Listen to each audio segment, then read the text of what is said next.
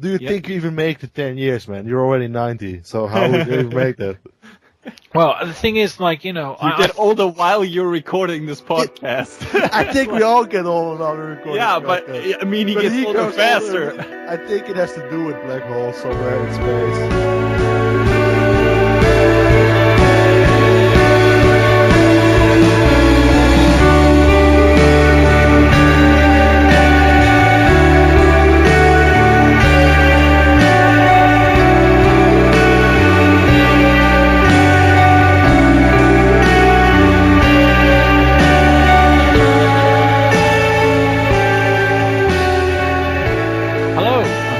Down to the abyssal lair of the Radiophonic Sea Creatures, fashion a shank from a chunk of driftwood, because I, Tokyo Choo Choo, am going to be your host today. And with me, as always, are two men who like to wrap themselves in seaweed and pretend to be bits of sushi. It's Human Metal and Brack. So, Human Metal, how are you today? Today I'm fine. Last week I was a bit under the weather. I don't know if people have noticed when listening to the recording of our Movies of the Year episode, but I was a bit on edge.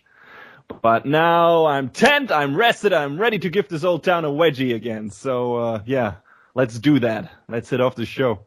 Great, yeah. And I'll tell you what, who's definitely not rested and well, especially his anus. How about you, Brack? You're one to talk, Choo Choo. You're one to talk. Well, how are you, buddy? I am rested and well. I was also a bit sick last week, but I'm doing a lot better now. It's still pretty cold over here, and yeah, I'm really busy, and I bought a new phone, and that's about all the news I got for this week. Oh yeah, well, not much on the docket for me this week, but I got a few things here and there. So, X Factor already talked about this, but on Friday, I think so, the Video Game Awards, Geoff Keighley's Video Game Awards were broadcasted over the World Wide Web. And I caught the last hour of it.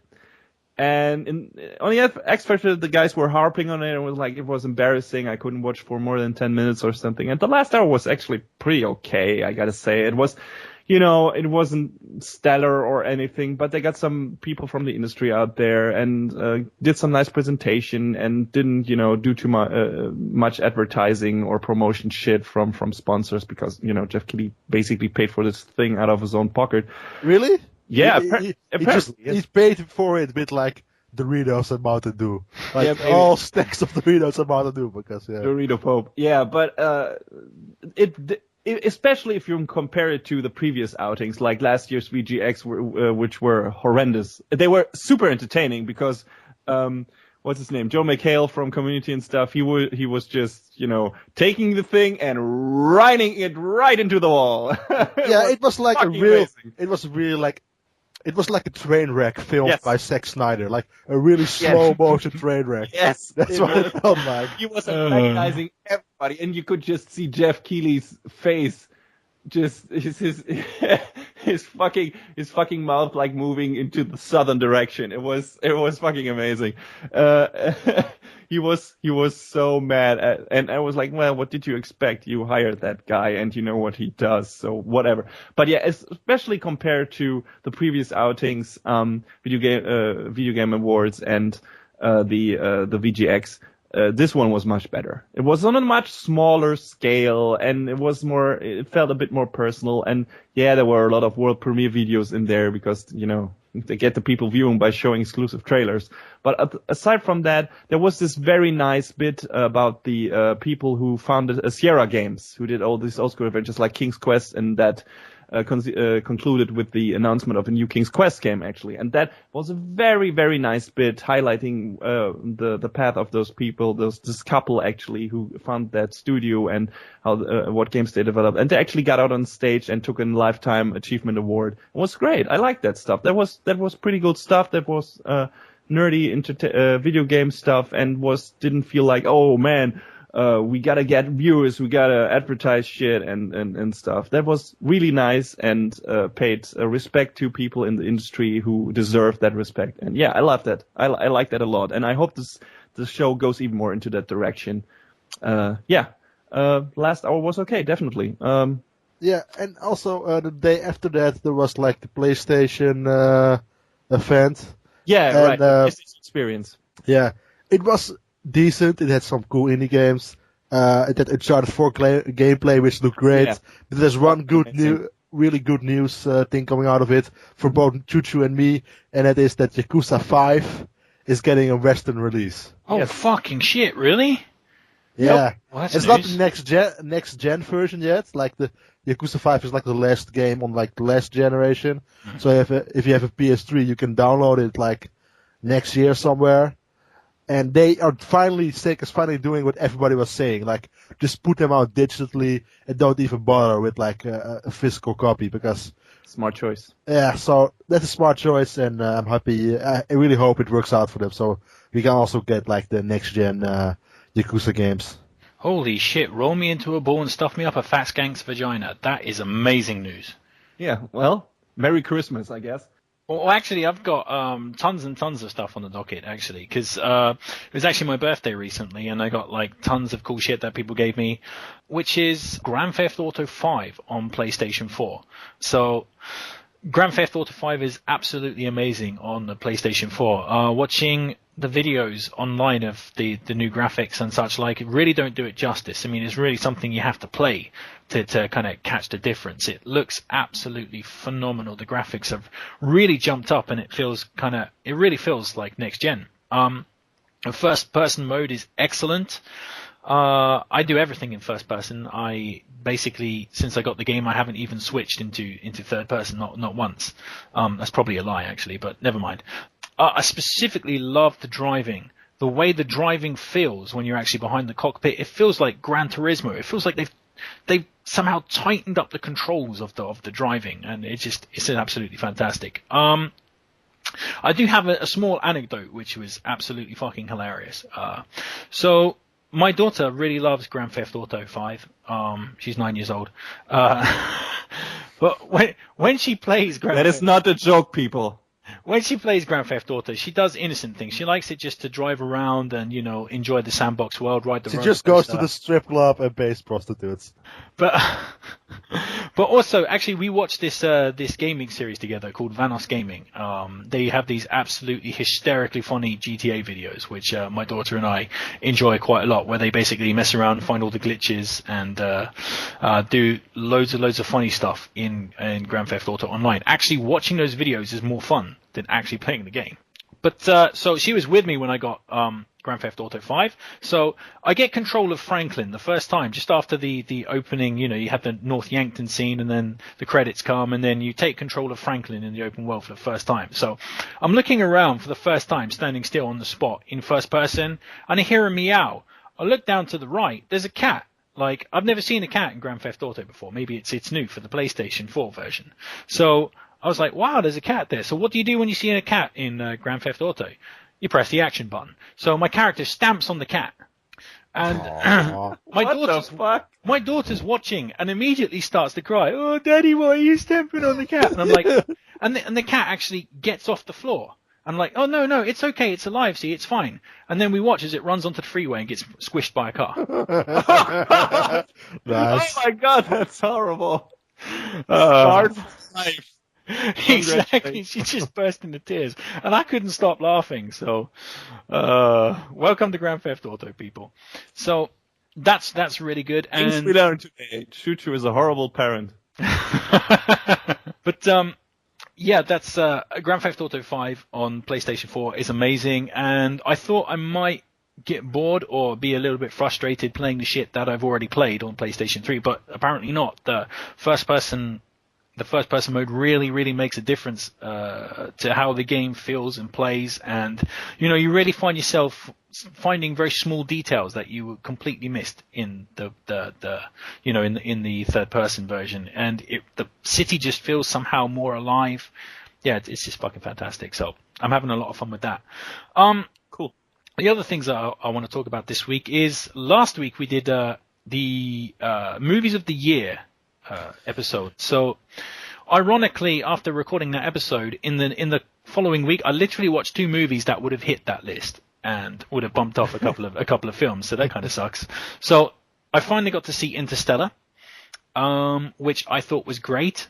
I'm not going to go into too many details because, quite frankly, we spoke about Interstellar a whole lot on the last episode, and I agree with mostly what Brack and Human Metal said. So I really enjoyed it. I thought it was a great science fiction film. I didn't think it was as good as Gravity, but I thought it was damn close. One small thing that negative that I will actually nitpick on. I fucking hate the way that Christopher Nolan, and I said this on the last episode actually, so what I said was actually quite pathetic, loves to tie everything in a fucking neat little bow and doesn't like loose ends or unanswered questions. I think for me, like, I love The Dark Knight, but the fucking most frustrating thing about The Dark Knight, and spoiler alert, I'm going to give a major spoiler for The Dark Knight Rises here, so if you don't want The Dark Knight Rises spoiled for you, skip ahead a couple minutes, and apparently if you listen to Human Metal and Brack, just don't watch it. So, okay, here we go. So at the end of The Dark Knight Rises, you have that scene where Alfred's sitting at the table drinking his coffee, and bang, there's Bruce Wayne alive and well and didn't die in the explosion. Why did Christopher Nolan show us that? Why did he do that? I mean, if he just showed a shot of Alfred sipping his coffee and then, a sly smile drifts across Alfred's face, bang. That would have been better. That would have been way better. But no, he loves to just kind of, tell you, hey, look, hey, everybody, Bruce Wayne's alive. He's alive. It's like, and I have the feeling that people bitching about Interstellar broke him. Like with the last scene of part of Interstellar, that many people complained about like that last part that he now explains everything, so he doesn't get that criticism anymore. But the fact is, he explained. I mean, unless people are not listening with their fucking ears, he completely explained what happened at the end of Interstellar. And that's really annoying because it could have been really mysterious. It could have had you really, wondering about what happened. You look at 2001: A Space Odyssey and like Solaris are great examples of having endings where you literally do not know what the fuck just happened. And it's absolutely amazing, because you go home and you start thinking about it really deeply and you start theorizing in your mind. But in Interstellar, everything's wrapped up and it's all told to you through really clunky exposition. And I don't like my science fiction to hold my hand that much. There are mysteries in the universe, things that can't be explained. Not everything needs to be, tied up with a little bow on it. So apart from that, I really loved Interstellar. And I'm going to stop talking about Interstellar there because I'm sure at some point in the near future, Brack, Human Metal and I are actually going to do a spoiler cast on Interstellar, but not right now. So I'm going to move on to the last thing on the list, and that was another movie that would have impacted my movies of the year list, and that was Her. So I still want to watch that, so don't. Yeah, but that came out like in 2013, right? Not for me. Came out over here in 2014. Yeah, I'm fairly sure it came out this year because I remember reading a review of it in Empire this year because my subscription was this year.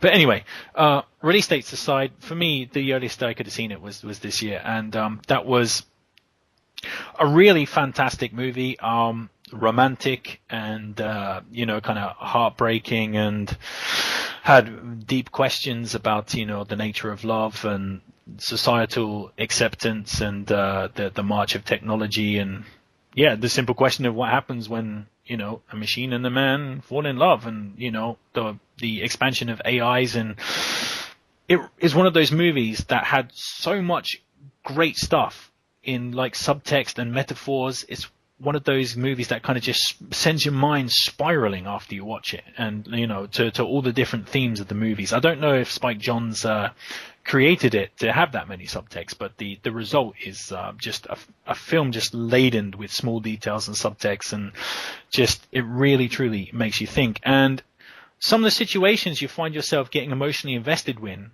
or angry with, if you take a step back and you think, wow, it's really bizarre that I'm getting all emotional over, a dude and his computer or whatever. It's a very thought-provoking and excellent film. It's well directed. It's got a beautiful soundtrack.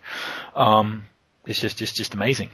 And with that very long-winded section, we're going to move out of the shallows and into the depths.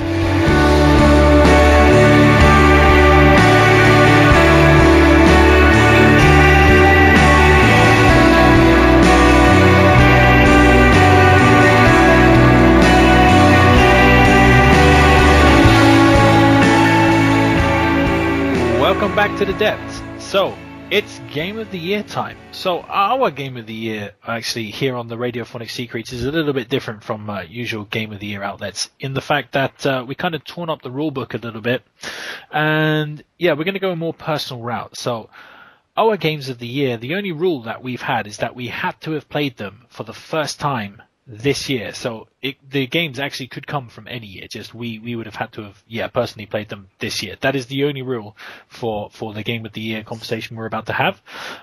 So first up, we're going to start with our honorable mentions. So each of us have chosen 5 games, and we're going to have 2 honorable mentions, which we're going to kind of mention very briefly, and then we're going to get into the kind of, the main meat of the top 3 of the year. So Human Metal, that's a volunteer cough if I ever heard one. Human Metal. Yeah. That sounds like you're sucking cock. Wait, what the How fuck? do you know that?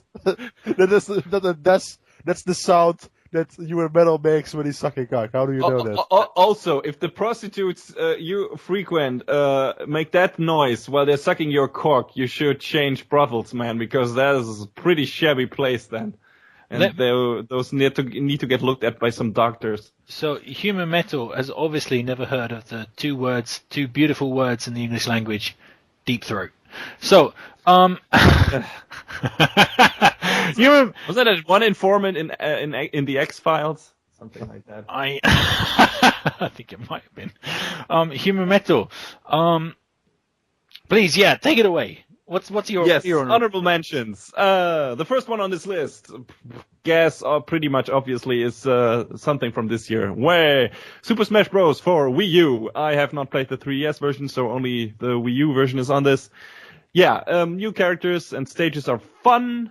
Some of the new game modes are not, as I've previously elaborated on.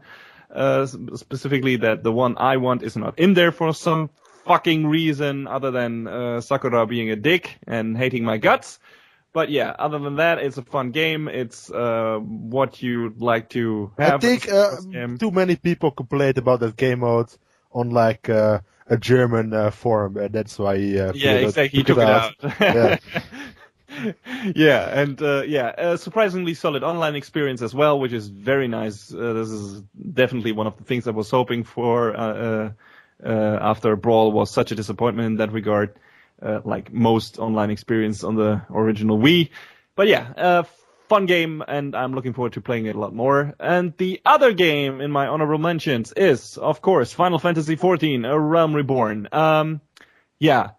Really dished out great new content this year. New cool classes, namely the Rogue and Ninja class. Entertaining new dungeons and bosses, like getting some more primals in there, like Ramu and Shiva. People who play other Final Fantasy games are, of course, familiar with those characters as summoning creatures you could summon and use against your enemies. Now you have to fight them in actual battles, and it's great. Ifrit, Titan, and what was the other one? Garuda were already in there.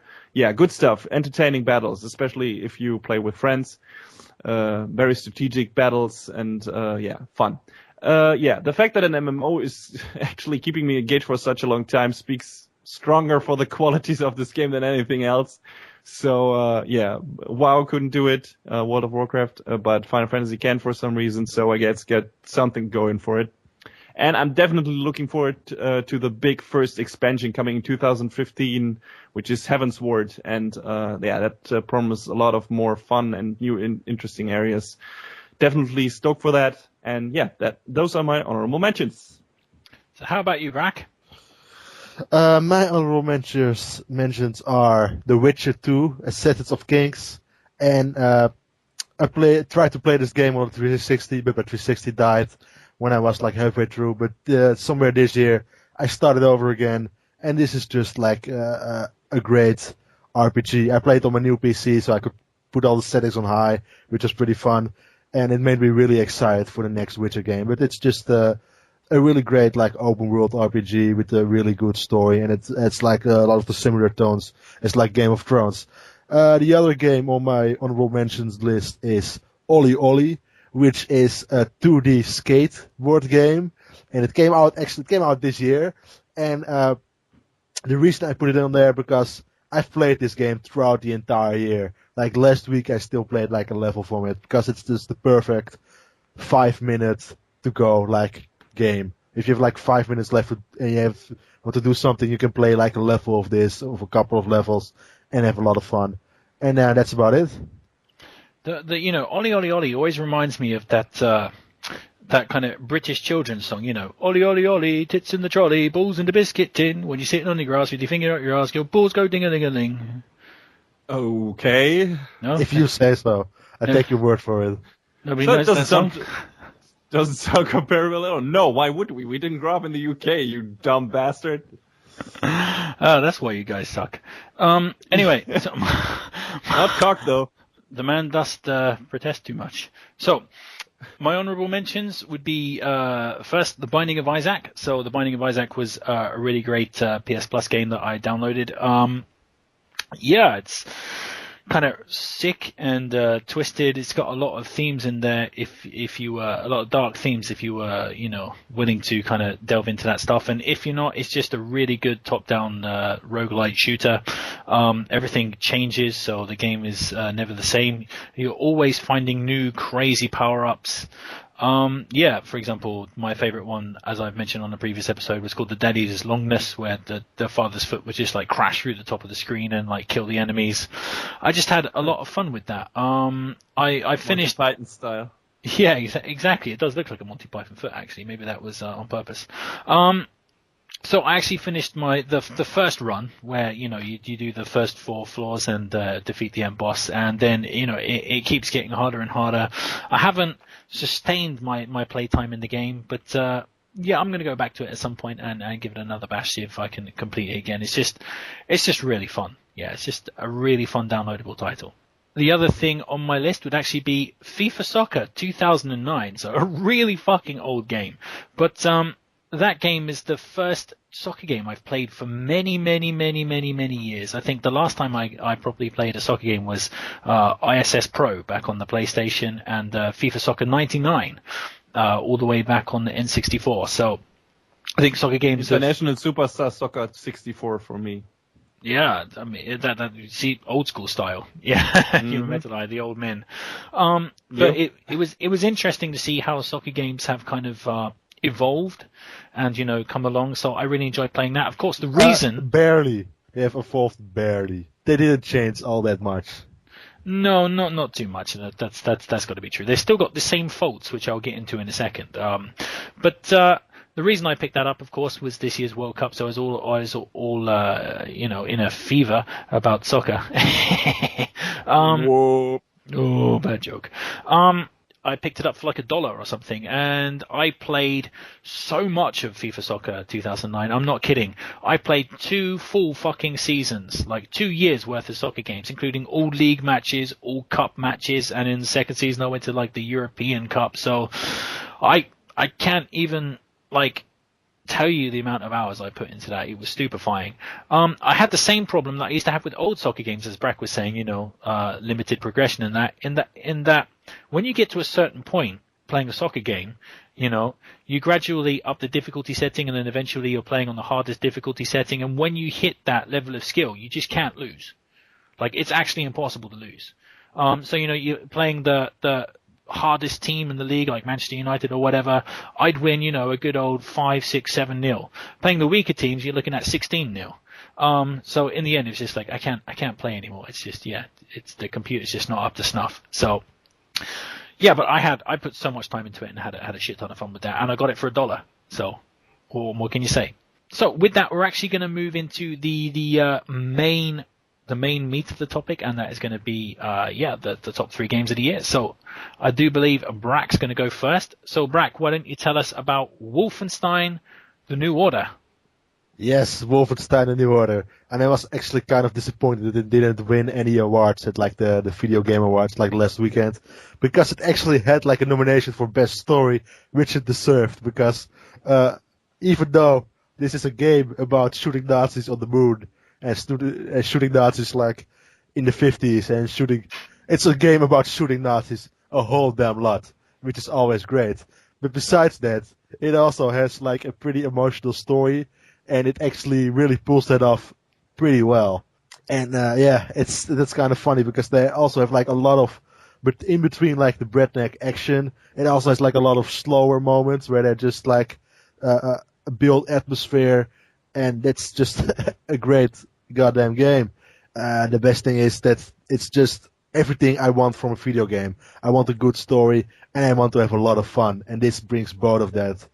It doesn't disappoint, and everybody that has any interest in it should play it right now. Just stop the podcast and go play Wolfenstein. Shit, I'm out of here. Right, where's my controller? No, I'd actually like to play Wolfenstein. That game looks like a ton of fun, and hearing you talk about it over the course of our podcasts, it makes me kind of excited to play that game. I think eventually, hopefully, it will come to PS Plus, so I'm willing to wait that long at least. But it seems like a ton of fun, and of course, it's Human Metal's favorite game of all time because it has a future Nazi Germany, right? Where Germany controls the world. Yeah, Germany controls the world, so it's Human Metal's favorite game of all time. And I played it like in the week before I went to Germany myself, which was pretty fun as well. To aptly prepare yourself, right? Yeah, to prepare myself. I should know how to kill Nazis with like a spoon before I go there. Just to be on the safe side. Yeah. Smart. Yeah, very smart, Brad.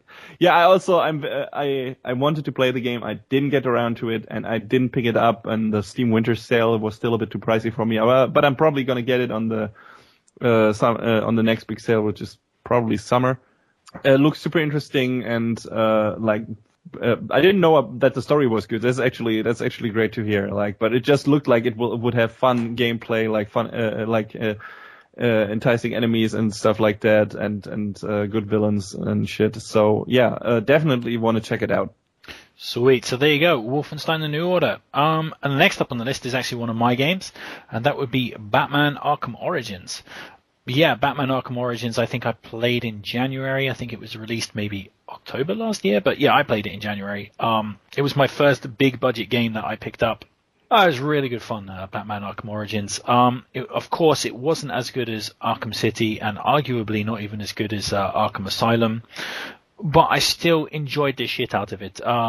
Problems to be noted for Batman: Arkham Origins was its pacing. In Arkham City, when you got near to the end of the game, you really knew that you were kind of right at the end, and it felt climactic and just perfect.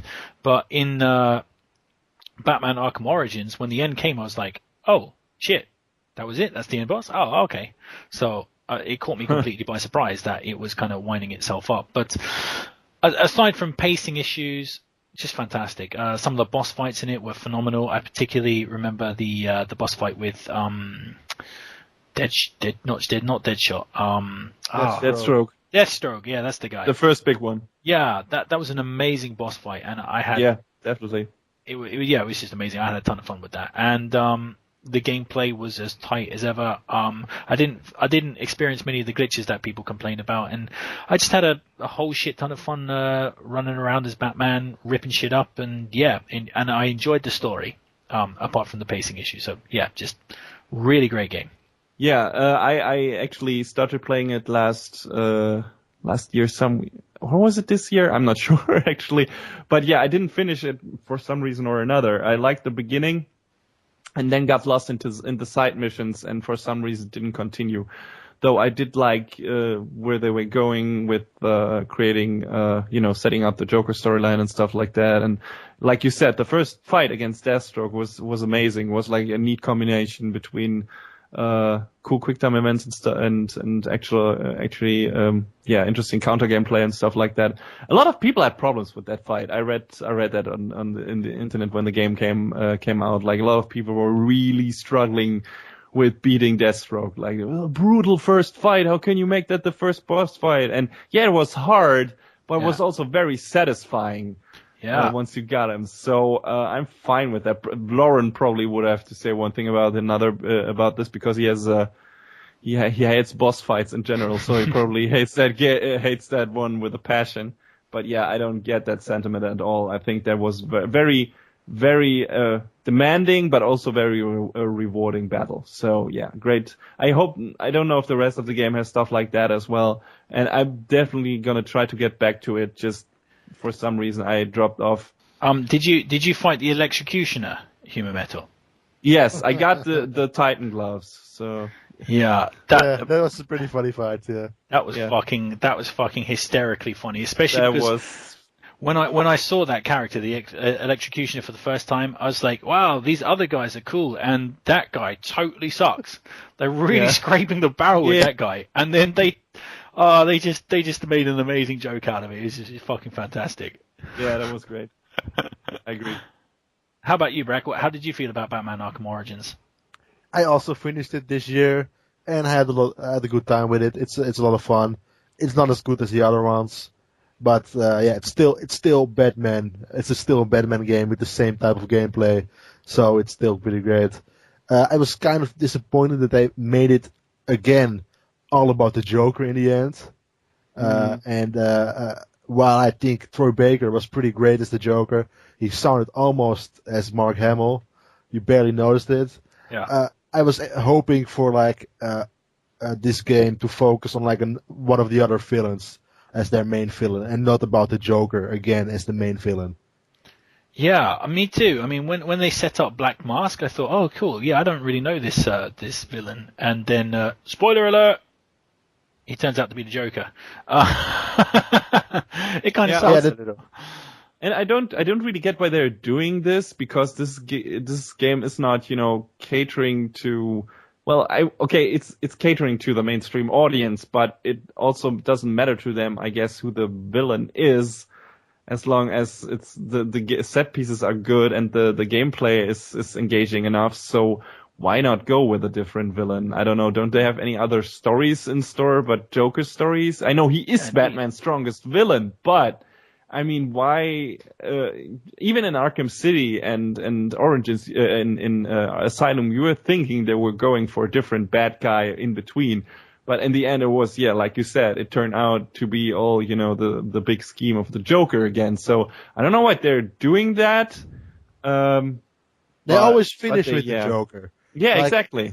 Even though even Arkham City was kind of complicated when New the Films wasn't again, but even there they finished with the Joker. I really hope that the Arkham Knight it doesn't end up being the Joker again, even though he's dead. Oh man, that would be so dumb. No, I got it. I know what the Arkham Knight is. It's fucking Joker's consciousness loaded into a computer. That's what it's going to be. AI. Yeah. I heard a very interesting concept that, but that doesn't work now that we've seen your trailer in the beginning, that the Arkham Knight actually doesn't exist. And because Scarecrow uses his fear gas, because Scarecrow is the main villain, that for some reason he injects Batman with a new kind of fear gas, and Batman doesn't notice it, and starts to imagining fighting this guy called the Arkham Knight, and it's basically just a bad version of Batman's consciousness, and it's all imaginative, it's all an illusion. But we have seen him actually. The Arkham Knight commanding those tanks and stuff, and I mean, maybe they can pull it off. And if that comes true, that would be very interesting, like a very interesting idea.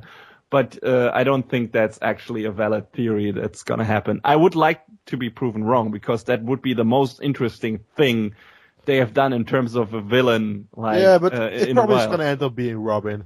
One of the Robins that's evil. Yeah. Jason Todd returns again. Yeah, something like that. We'll see, but I'm hyped for Arkham Knight.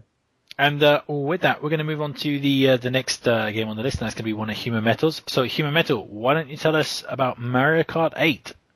Yes, Mario Kart 8, probably the best Mario Kart game in years. It has loads of new, pretty exciting tracks. And layouts due to the anti-grav feature, where your cart actually turns into this weird hover thing that can drive over tracks that are basically upside down and going in circles all around through wherever you want them to. So that does loads of things for giving the tracks new interesting layouts. And the basic new stuff they have introduced with Mario Kart 7 is in there, the paragliders and driving underwater and stuff like that. So the track experience is incredibly varied. A lot of interesting vistas in there. Of course, a lot of interesting reimagining of old school tracks, though. Especially when it comes to the visual flair, those old tracks turn out to be not as interesting as the new ones. And making use of the anti-grav feature in those old tracks, they don't lend itself that well to that too. So yeah, new ones are definitely more interesting than the old school tracks. Though I appreciate that they, still managed to put them in there. Also, great DLC. The first one they released in November. New interesting tracks, and they got Link as a downloadable character, and the new tracks are great. They have like this track for Excitebike that randomly generates pieces from the old Excitebike track editor in there, and like every time you play that stage, it's different. You get different stage pieces from that old Excitebike track editor. Awesome. That's a great idea. I love it. I want to see more like that. Like do other tracks that generally that at least have some randomly generated track pieces there. It's a really good idea. I love it. And I'm looking forward to the new DLC that's coming out next year. Definitely recommend that. If you have the game, don't skip on the DLC. It's definitely worth it. And I like the online experience in Mario Kart. We find, although there was some weird rubber banding and lack of the internet connection of your significant other wasn't as good. Even though the skill gap can be quite ridiculous, you're judged and ranked by points, so you probably won't end up with the guy who's completely kicking your ass, but it probably will still happen. And the general thing for Mario Kart anyway, if you're in the middle of the driver field, you're still fucked. Because the brunt of the items will hit you, especially green shells. You might get incredibly frustrated if you hate being hit by items, because that will happen a lot. That will definitely happen a lot. Driving alone won't get you anywhere in Mario Kart, even though, very nice idea, in versus games you can actually decide which items you activate. So I have seen people create whole cups, whole online rooms only where you can only choose get items like the mushrooms. So you can only boost in speed and otherwise drive normally. So if you want to have a genuine racing experience in that game, you can have that now. That's fucking great too. It's great that they give you the choice. It's fucking great that they do that. They need to keep that up. So I love it. I'm still playing it. I'm looking forward to the second DLC, and I recommend it to everyone who ever liked kart racing or any Mario game ever, Mario Kart game ever, because it's probably the best one out there right now. Amazing. I'm a pretty big Mario Kart fan myself. I always loved the N64 version. I think the best out of all I've played. I always remember myself or some other bastard would always save the lightning strike for that one jump on Wario Stadium. Anybody who's ever played that game knows what I'm talking about. I know what you're talking about, yes. Yeah, would immediately send you back one lap. And, people would see you'd have that power up, you'd be saving it. And the other players would be like, right, I'm not going over that jump. I'm just not doing it. Fuck you. I'm not playing this game. One caveat. And I hope they put that in with the DLC. There is no proper battle mode in this game. That is the only big downside. And I don't know why Nintendo did that. I failed to mention it earlier. And doing it on the normal tracks just doesn't feel the same way and doesn't work the same way. So, definitely needs a proper battle mode. Then the game would be fucking perfect and probably be my game of the year. It would have been my game of the year this time. So... I always hated the battle mode. The battle mode always sucked for me. I very rarely played it. I mean, why would you play the battle mode when you can go play like GoldenEye or fucking Perfect Dark or these days Call of Duty, I suppose? That's a different game, though. I guess so. But, the Mario franchise is, well loved, and the Sonic franchise gets a lot of shit. But let's face it, the one great thing that the Sonic franchise gave us is Mario Kart 8, because Mario Kart 8 is basically Sonic and Sega All-Star Racing transformed. Yeah, kinda. Sonic All-Star Racing ripped off Mario Kart and then kind of perfected it, and then Mario Kart ripped off Sonic and Sega All-Star Racing. It's a pretty vicious circle there. It's a fantastic circle, actually, because I love both those games. Yeah, I love them both. Just this briefly. Needs to happen more. Sorry, I think I fell asleep for like a second. But no, I was paying attention. You're talking about Mario Kart, right? Mario Kart 8. Yeah. And, I've got to agree. It looks like another Mario Kart game. That's all. Why do you hate Mario, Brack? What did Mario do to you? Did he bum rape you? No, actually, it didn't. Mario is actually like the one franchise of Nintendo that I really still enjoy, like all the new Mario games. Just not Mario Kart. Oh, Mario ran over Brack in his car. Yes, he did. I still have like the marks. I have broken heads for like a week, a month. 2 months. I have no idea how biology works. I have no idea how fast that stuff heals. I've never broken anything. Let's get on. Really? Jesus. Brack, you haven't lived until you've broken a girl's heart. So we're going to move on to the next game on the list, and that's going to be Okami. So, Brack, why don't you tell us why your bullshit Zelda ripoff is on your Game of the Year list? You know why? Because it's like the only good Zelda game in a long time. Maybe the one on the 3DS is pretty decent. I haven't played it, but it's like the probably better than all the other 3D Zelda games, in my opinion. Are you fucking seriously saying that Okami is better than Ocarina of Time? Yes, I am. Oh, Brack.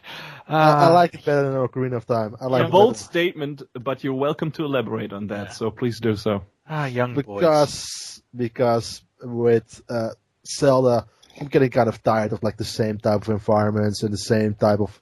I'm getting tired of Zelda in general as a character, as a human being who doesn't look like a human. I'm just get tired of the entire world Zelda. His name is Link. I don't care. I know he's Link. I feel stupid right now. I know it. I totally missed it for a second. But yeah, I'm getting tired of Link. That stupid little elf shit. I really don't like it. He's just a boring character, and the world just looks the same in every other Zelda game, only a little prettier in the new ones. But Okami was actually unique. It actually had a decent story, even though it has one of the worst opening cutscenes of all time. It's like a half an hour, voice-over cutscene. It's horrible. But you can't skip it. You can't skip it, but I don't want to miss anything. But if you can sit through that or skip it, because you don't really need it at all, you get yourself to one of the best adventure overworld type games of all time, with one of the most unique art styles you will ever see. It has the cell shading in that game is just amazing, and it's just a lot of fun. It's like everything I like about Zelda, like the original Zeldas, without a lot of the baggage from the later Zelda games, which I don't like. So in general, it's just a great game, and I enjoy it a lot more than most of those Zelda games. To your point, Brack, no doubt that Zelda has gotten very, very stale recently. I haven't played the Wii game, so I can't really comment on that. But Twilight Princess, I think, was a shut-off point for me personally. I had had enough of the Zelda formula at that point. I haven't played the GameCube one. I've heard great things about that. Wind Waker. When I ever get like a Wii U, if I ever get a Wii U, that's the Wind Waker HD remake. Is like one of the games I will buy for it. But that's like the only Zelda game I'm still interested in playing, more than like the new one on the Wii U. Wind Waker was fantastic. Apart from that section where you have to go fucking hunting for Triforce on the sea. Oh Jesus, that is the worst section of video in like Zelda history. That's just terrible. They made that incredibly less worse in the HD version. They really toned that down. Now that is literally the best decision Nintendo ever made. But my point is, Brack, the reason Ocarina of Time was so fantastic was the fact that you have to go back in time to understand the impact. You were basically you were rolling around, pooping in your nappy when real men like Human Metal and I were playing Ocarina of Time. Real bad. Real bad. You have to understand, when that game came out, Brack, there was nothing like it. There really wasn't. It was like a fucking... It was literally, at that time, it was like the best thing ever. It was like the first time you ever played Grand Theft Auto 3. It was like something completely new that had never been done before, and it was like a shock to the system. Like, this is what video games can be. Like, took everything up to the next level. It was just absolutely a phenomenal moment in gaming, and that's why I think everybody holds it in such high esteem. Now it's been done to death. Everybody and their mother has copied it. But the time, just don't go back play that game, because you won't have a fun time. I played the 3DS version of it, and it was still fine. They messed up some of the messed up some of the shadowing and stuff, but yeah, it's still a fun game, definitely. I don't know. I think it's not my favorite Zelda game. I'd have to think about that actually for a while, because I didn't play Link to the Past when it came out, and only experienced it way later, so I didn't get the hype for that. But I like that game too. I would have to think about it. But yeah, going to getting back on Okami though. Yeah, Okami. Yeah. Always when we talk about Okami, somehow it subverts into a conversation about Zelda. Yeah, because you old people can't accept that those old Zelda games aren't as good as you think. Yeah, no, and also to be fair though, Zelda has a pretty strong legacy. There are a lot of games to talk about, and as close as they might be, they're still different enough to appreciate different incarnations of them. At least half of those games. So Okami, because it's so strongly based on a formula that Zelda established, you automatically go back to what inspired Okami, and that is Zelda. So I guess that's why we're always going back to it. But yeah, let's go. Okami, just like another game we're going to talk about in this episode, is better than the games it was inspired by. In my opinion. Okay, opinions differ on that. We'll see in my next game. We can extend to that.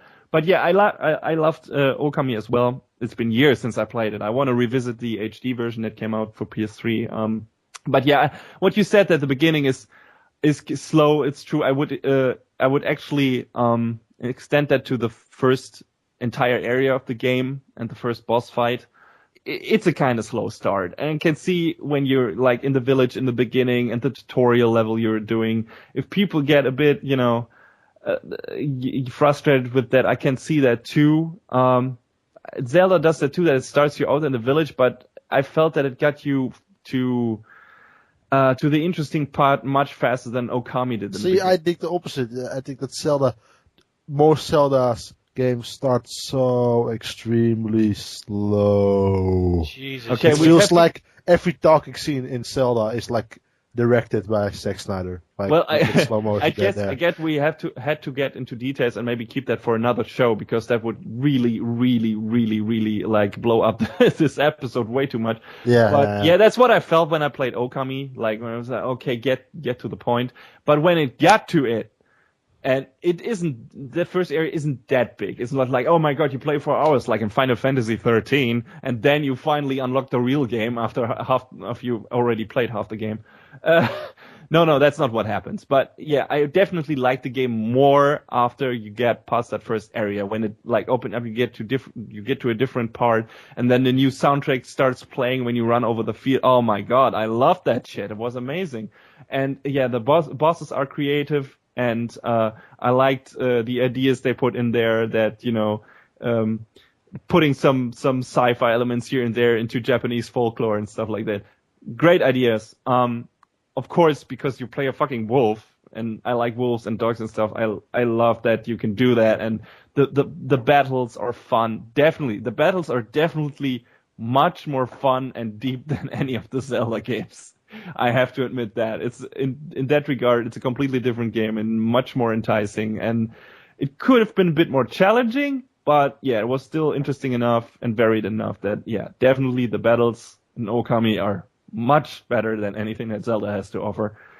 I really would have liked to see a sequel, but me too. But I think it's sold pretty horrible. Yeah, like most of the Studio Clover games. Now we got Platinum, and I don't know. Yeah, they should have made their main character like a stupid ass elf. Then maybe it's sort of sold well. Maybe, but then Nintendo might have sued them. And Nintendo, that was so funny to me. Like after Okami was kind of a success, at least with the fan base, the next Zelda game that comes out has Link turning into a fucking wolf. I mean, come on, Nintendo, why are you even trying? It's like they were. It's the whole Sonic All-Star Racing game thing over again. It's like, oh man, they were not successful, but people like that shit, so let's put it in our next Nintendo game. Yeah, okay then. be a bit more creative about that. So, breaking away from all the Zelda type stuff, the next game on the list is Zelda: Link Between Worlds. So I'm so sorry. This is the Zelda episode. I'm gonna keep it short. It's the biggest possible treat for fans of Link to the Past, I guess. I'm not that big of a fan of that old game, but I like it enough that I could appreciate, Link Between Worlds for what it was and what it tried to do. Biggest treat aside from a possible HD sprite-based remake of the old game. That would be the biggest thing ever that could happen, I guess. But it's got a well-realized version of the Hyrule Shadow Realm principle of Link to the Past, like where you switch between light and dark versions of the world map and, change the layout and stuff. And it's actually got a pretty enticing story development for a Zelda game. Even though it's still very basic and most of the interesting stuff happens right at the end, I liked it. I really liked how this game, all of the stuff in the game came together at the end. It felt really good. Fantastic soundtrack with nice reimaginings of the old SNES tunes. Loved it. 3D effect is nice in that game, but not integral to the experience. Meaning there are no riddle designs that actually profit from it. I think they did some of the stuff in Super Mario 3D Land, where some of the riddles were really, not based on the 3D effect, but, profited from it. So that's not in this game. But it's nice, it works, it's very, very plastic, and the characters, really feel like they're coming out of the screen and stuff like that. So it's a good 3D effect. Now, the biggest new thing about this game is the item borrowing system. And it's interesting, but also not that substantial to create a wholly new experience when it comes to the gameplay. It basically just means that you can choose in which order to tackle the dungeons, and that some sections in the game become easier or harder depending on what weapon you decide to borrow or upgrade. It also means you are more free to search for treasures outside and explore areas that might have been more restricted in the earlier games, like the invisible wall stuff and shit like that. But since you're still getting new items in dungeons as well, at least some of them, some areas remain closed off until you have, beaten that specific dungeon. So you can't just go to the shop, borrow that item, then get to that place, go back to the shop, borrow that other item, and basically get all of the items on the world map until you're done and are super overpowered and shit like that. You can't do that.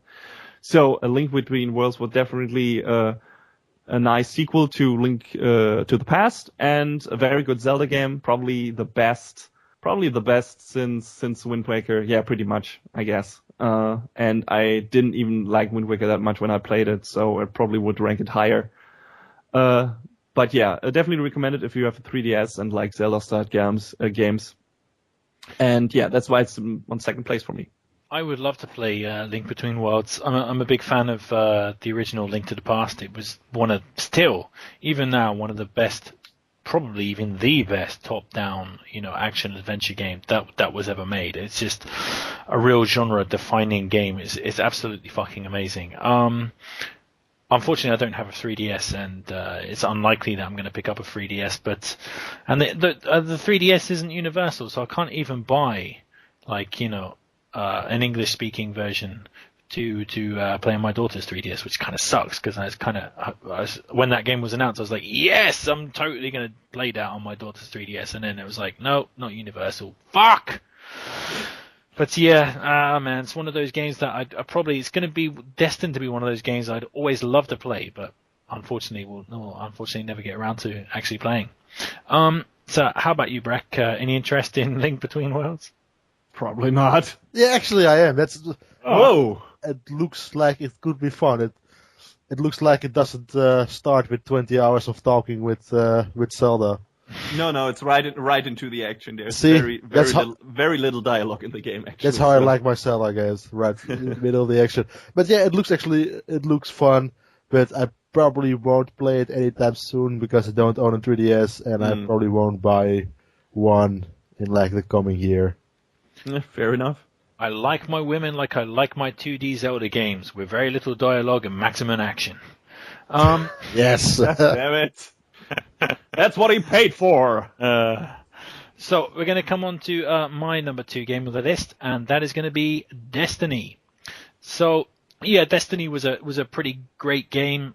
Wasn't perfect. And you're the only one who thinks that. Well, I don't think that's true. I think No. the thing is, Destiny is like, it's number 2 on my game of the year list, simply because it's a game I put a lot of time into and had a lot of fun with. But there's no doubt that Destiny is not as good as it could have been. No doubt about that. I mean, it has so many faults. The story is laughably terrible. It basically has no story, but it's really annoying, because there are 1 or 2 cutscenes just here and there that hint that Destiny could have had an interesting story, but no, it just doesn't. It's so bad. In fact, it might actually be one of the worst stories I can think of, because it's so bad that you end up just completely ignoring it or chatting to your friends while they're You just zone it out after a one. while. You don't even notice that people are talking. That's exactly it. I mean, most of the Destiny story, I'm chatting with my friends on the mic and completely fucking ignoring what they're telling me. And then, all the lore and stuff, which could possibly be interesting, they make you go out of the game to a website to research the lore, which is a huge mistake, because nobody does that. I mean, who's actually going to say, oh shit, that sounds interesting, pause their fucking video game and then go and open their laptop or whatever, and this is not going to happen. I haven't checked out... Bunch of these super nerds. Yeah, I haven't even checked out a single one of those, like Grimoire cards or whatever it is you unlock. Of course, there's other faults with the upgrading system. I mean, when you get into the part of the game where you need to get light rated armor and stuff, that's just a total grind fest, and I could only stomach so much of that grind before I quit out. But the main meat of the game, where you're playing through the campaign and the strikes and stuff with your buddies in tow, fuck, gameplay-wise, that's first-person shooter heaven. It's just so much fucking fun. And people complain, it's so repetitive, it's just shooting a bunch of guys.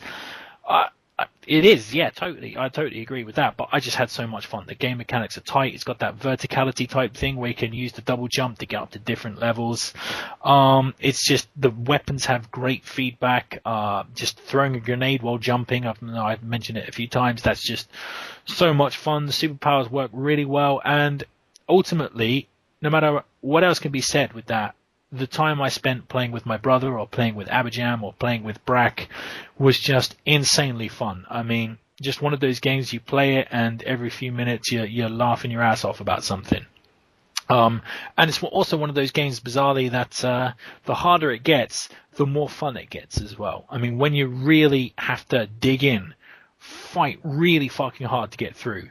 I mean, Brack and I, one of my best memories from Destiny is when Brack and I got stuck for around about an hour with these 3 fucking wizards in this room that we couldn't dig out. And we literally... But they broke us. Yeah. They broke us. We just got stuck way too long. And we replayed the mission on like a little easier, and then we kicked their asses way too easy. So that needs a little bit of work as well. But it was just trying to get through that wreck, though. Even though we couldn't get through it and we had to quit out, and then we went back and we totally overpowered them. But it was just fun. Like, that time I spent playing with you was just really, really good fun, and that's why it's on my Game of the Year list. It's not perfect, not by any stretch of the imagination at all, but I enjoyed my time with Destiny a lot. So how about you, Brack? That's the most important thing. Yeah, it is, exactly. Yeah, I agree with you mostly, because I think the gameplay is fun, and it's probably one of the best co-op experiences I had with a game in a long time. But if you would play it on your own, it would be just boring and horrible as hell. But the thing is, it's online only. You don't play it on your own. Yeah, exactly.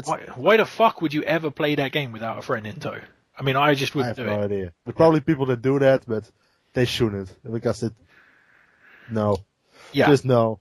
But I had a good time playing it with you, and we had a lot of fun playing through the game. And I think the gameplay, at least like the way it controls and stuff like that, work really well.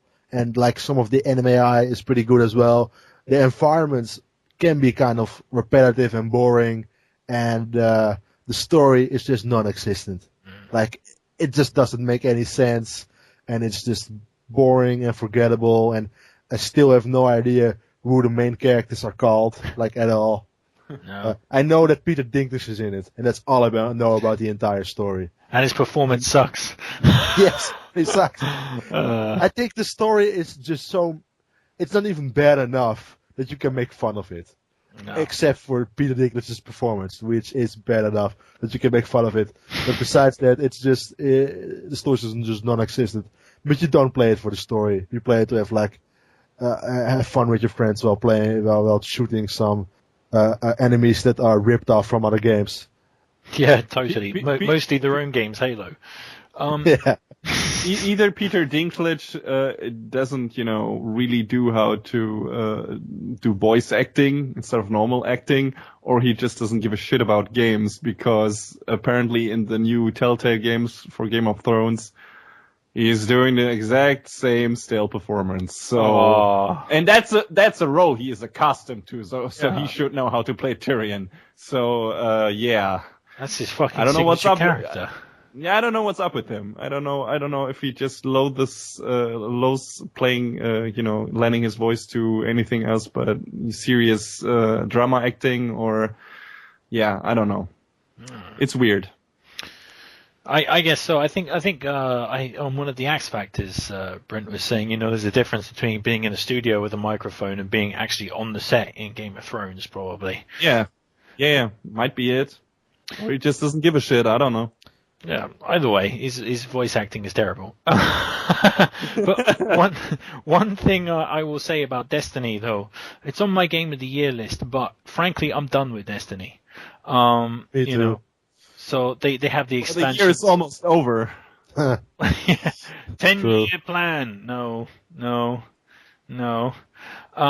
So the expansions are coming out soon, and I don't know. I just not feeling it. I just don't really want to pick up the expansion, because whilst the gameplay is fantastic, Destiny kind of gave you enough of that type of game, and I don't really feel a massive desire to pick up more and go back into the world of Destiny. I mean, if the story was, I think the story has to be fantastic to entice you back, and so gameplay alone is great, but gameplay alone I don't think is enough to entice you back to pick up DLC and stuff. But so there you go.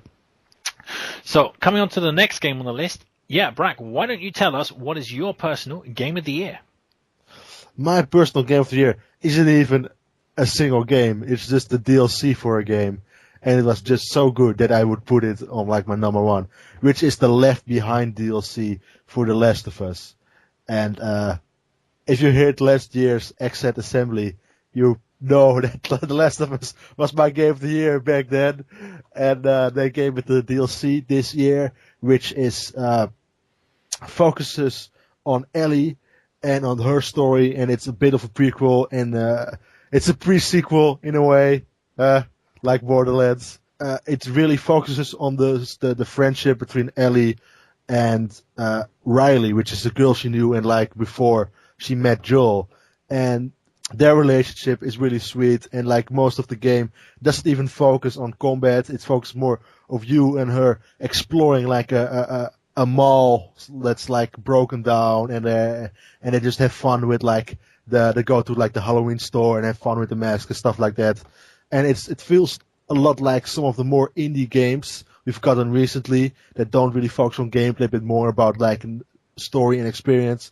But it has like amazing voice acting and like the amazing like production value that you come to expect from Naughty Dog. And besides that, it also has like some parts that are placed in between some parts in like the main game that's more gameplay heavy, and they are some of the better gameplay moments of The Last of Us in general. So yeah, all in all, just a really great game, really great DLC. What can you say? The man loves himself some ladders. There are no ladders in this game. I think there's not even a single ladder in the entire Last of Us Left Behind. I think they listen to you and they're like, fuck, those people in England, they are complaining about those ladders. No more ladders for them. No more ladders. They read it on the forum. They're like, no more fucking ladders for those guys. Thank God for that. I haven't played the DLC of. But the catsuit Ellie is still in there, which is weird. No.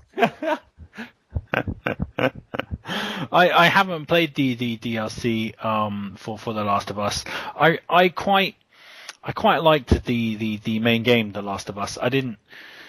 I don't like it quite as much as other people, and I definitely think that game has some huge glaring faults, of which I've been very vocal of on the Access Assembly. But I think maybe because I tease Rack a bit about The Last of Us, people think that I think it's a bad game, but I don't at all. I actually really enjoyed it, and I thought the story was excellent. Not quite good enough for me to pick up the DLC though, but that's just how I roll. How about you, Human Metal? Did you play the DLC?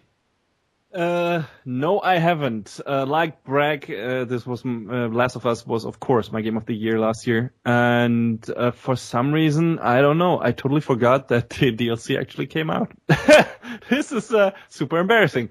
No, really, I completely skipped over that. I haven't played it yet. I definitely need to get on that. I don't know why I forgot about it. It's weird. Maybe because the game was just finished for me, like completely finished. The story was over, and I loved it, and I wanted to remain it for it to remain like that in my memory. So maybe that's why I was so hesitant to even remember that DLC was there, because God forbid if it's bad, that might taint the memory of my memory of that game.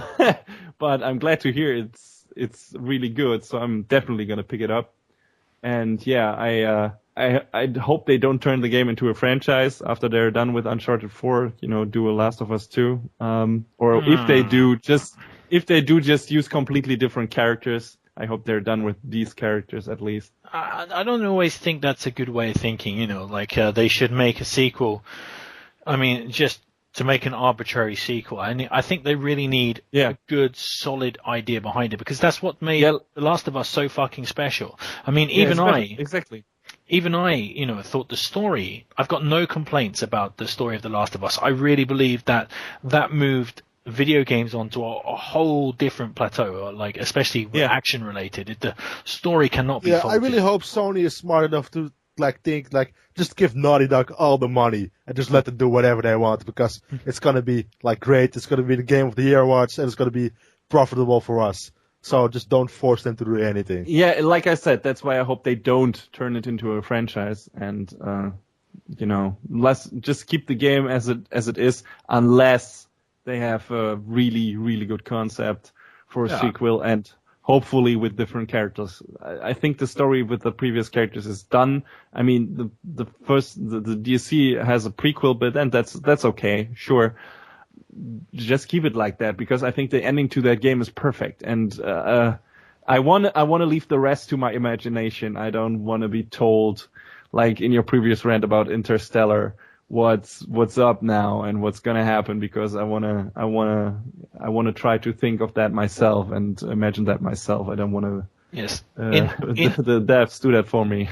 In the Christopher Nolan version of The Last of Us, a voiceover would come in over the credits.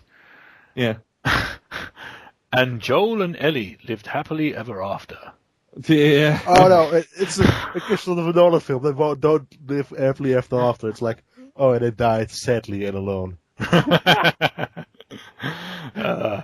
Ellie split up from Joel because she thought he made the wrong decision and was using her instead of his dead daughter. That would be the Christopher Nolan version. Yep. That would also be spot on. Thanks, Chris. Thanks, Christopher.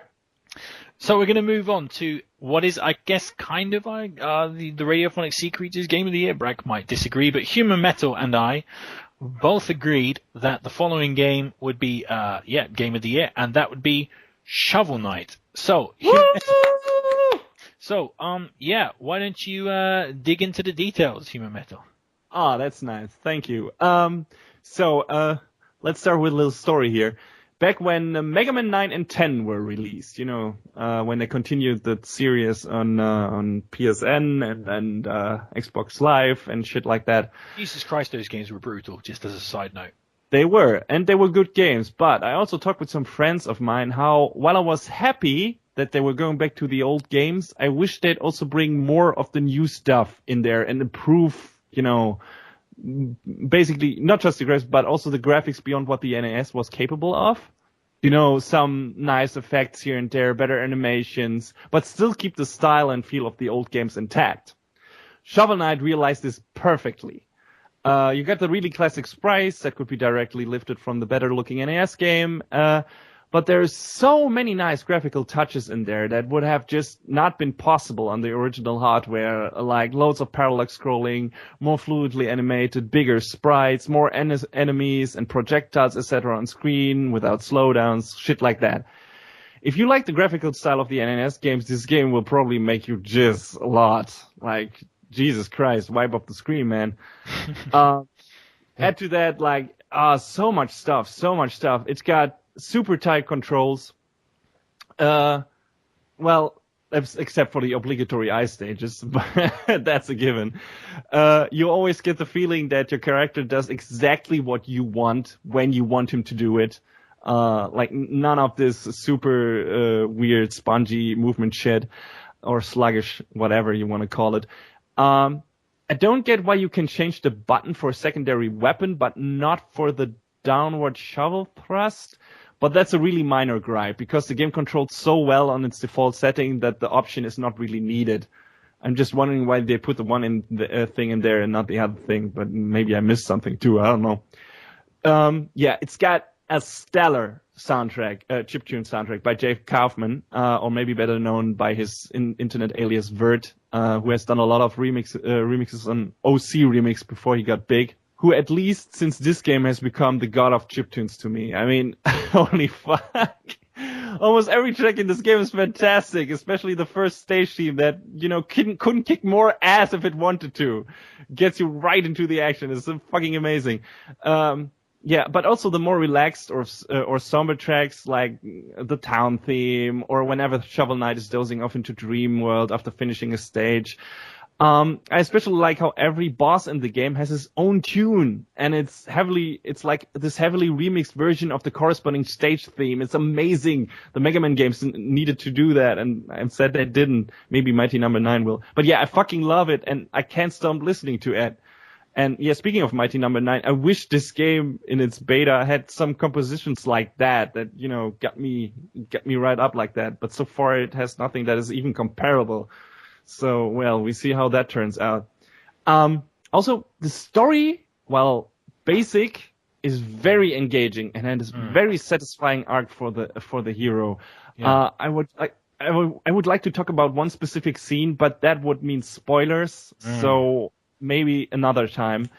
It also helps that the whole world is populated by a very fun and unique cast of characters, like loads of quirky little people in there and creatures and little people. Yeah, little people too. Is Tyrion also in this game?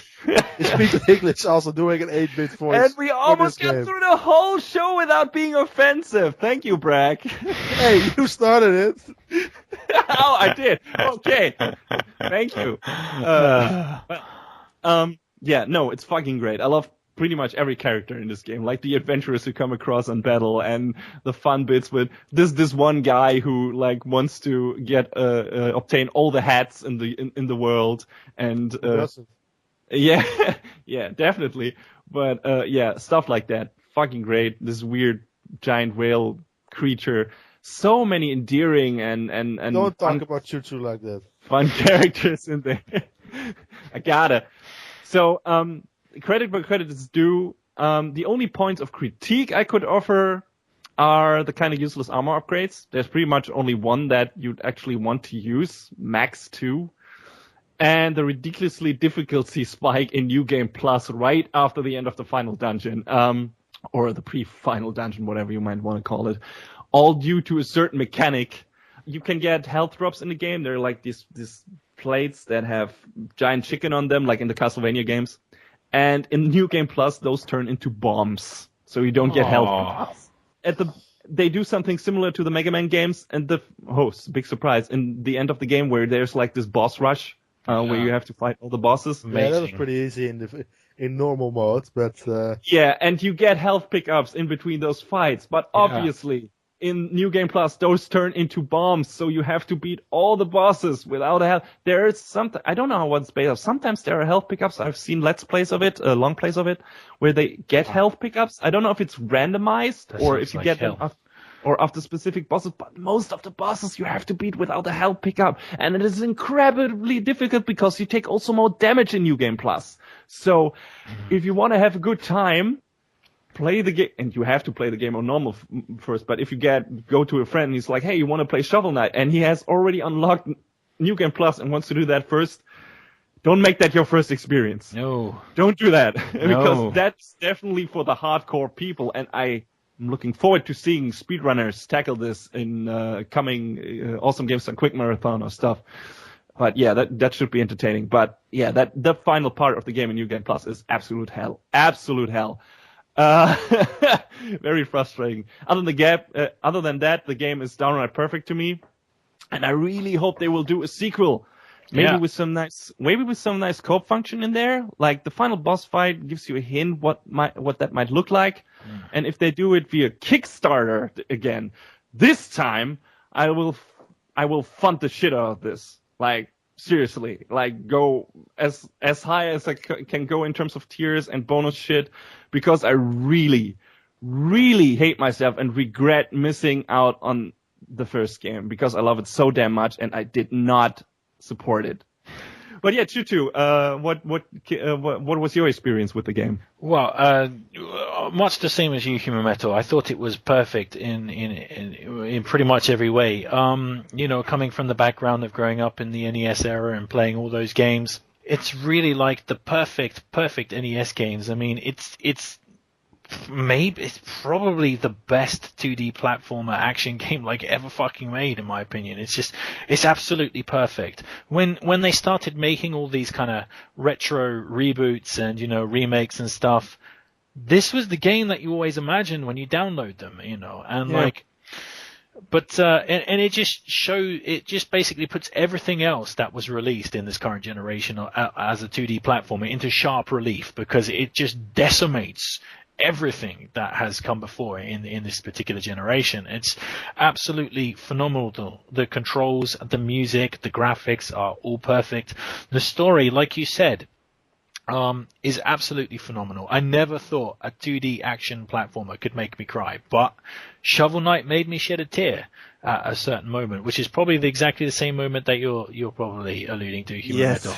Probably. We can talk about it after the recording, but yeah, because we've all played the game, but not, I don't want to give it away for people who experience it the first time. We can't spoil that. It's an absolute phenomenal moment, and the fucking game made me cry. I mean, how weird is that? 2D fucking 8-bit game made me cry. Jesus, that's got to be something special. And I think the first run through, the difficulty is absolutely pinpoint perfect. You couldn't ask for a better. I mean, when I dropped down into the chamber for the boss rush, I shit my pants. I was like, oh my fucking god, are you kidding me? Is this really going to happen right now? Because I've played like the old, what was it, Sonic Episode 4 stuff, gives you a boss rush, and basically you have to fight all the bosses, and if you die, you have to start the whole thing over again. So I thought that was going to happen. I was like, oh no. Because especially Spectre Knight, for some reason, gave me trouble the first time I played it. But I was like, oh shit, this is going to be hell on earth. And then it gave you the fucking health power up between bosses. I just like, that is awesome. Thank you, Shovel Knight. A lesser game that wanted, the thing is, most of these retro reboots and stuff, they try to make the game so fucking hardcore that it becomes inaccessible to me, like a lot of them. Yeah. But this one was actually forgiving. It gave you that health power up, and it turned something that on paper for me, when I first came across that scene, was like, oh no, this is the moment I've been dreading. And it just turned it into something amazing, like a celebratory kind of run through the bosses that you've already defeated. And those bosses are amazing. Every one of them is like completely memorable, and they have like great themes. I even had like the kind of boss artwork as the desktop image on my laptop for a long time, because I just love it. Basically speaking, I don't think I need to go into any more details because everything has been said. And what more can you say about the kind of 8-bit-ish 2D platformer? It's just absolutely perfect. If anybody's out there listening hasn't played Shovel Knight and wants to play a really fantastic 2D platformer, you literally, you can't do no better than Shovel Knight. As a pure action platformer, I think it's like the gold standard, especially, well, definitely without a single doubt in this generation. It is the gold standard. And of all this list of these games we've talked about, I think Shovel Knight will be the one game on this list that I will be playing in 10 years' time. Like, I don't think I will be playing anything else on this list 10 years from now, but Shovel Knight, I think I will. Also, one thing I want to add to what you said about the difficulty being so well balanced. I think it's a pretty interesting, nice mechanic they put in there. Like, you die, but you don't have really have lives. You just lose your money and you can get that back at least in certain spots. So in that regard, it's pretty forgiving. But if you want to, you can make it harder by destroying the checkpoints and getting more money through that. So if you're really good at the game, you can get more money faster. So however greedy you might be, but you risk at, starting greedy. Yeah. So Breck might destroy all the checkpoints, and every time he dies, he has to start the stage from the beginning. So how, Breck, did you do that? How did you experience the game? I didn't do that. And even then, in the end of the game, you had enough to buy most of the upgrades you want. Like you said, the armors in the game are really useless except for the one, and even that one isn't all that special. I haven't said anything about the game. This game would have made my top 3 if you just talked about games that came out this year. Then it would have made my top 3. But as it states, it just became like a non-honorable mention for me. And I have to agree with almost everything you guys have said. And it's a great game. I might even replay it again one day when it hits the PS3. I was actually waiting for the PlayStation Vita version, for a long time. And then we were all decided, we're gonna talk about Shovel Knight one episode. I was like, nah. Then I should say play Shovel Knight, and I finished Shovel Knight. The weekend after that, they announced Shovel Knight for the PS Vita and the PS4 with a special Kratos boss fight, which I would have liked to have played. But I might replay it, rebuy it one time, or hope it gets to PS Plus and then replay it again. Well, then you have a portable version as well, so there's actual merit to get it on another system on the Vita. Then that's true. I think one of the best things about Shovel Knight is it is timeless. I think it's going to hold up really well in the future. You can immediately tell that. I think it's one of those games that you can just replay and replay and replay and just never tire of it. It's got that element of it, like the way you can replay and replay DuckTales. I think Shovel Knight has that in spades. Oh God.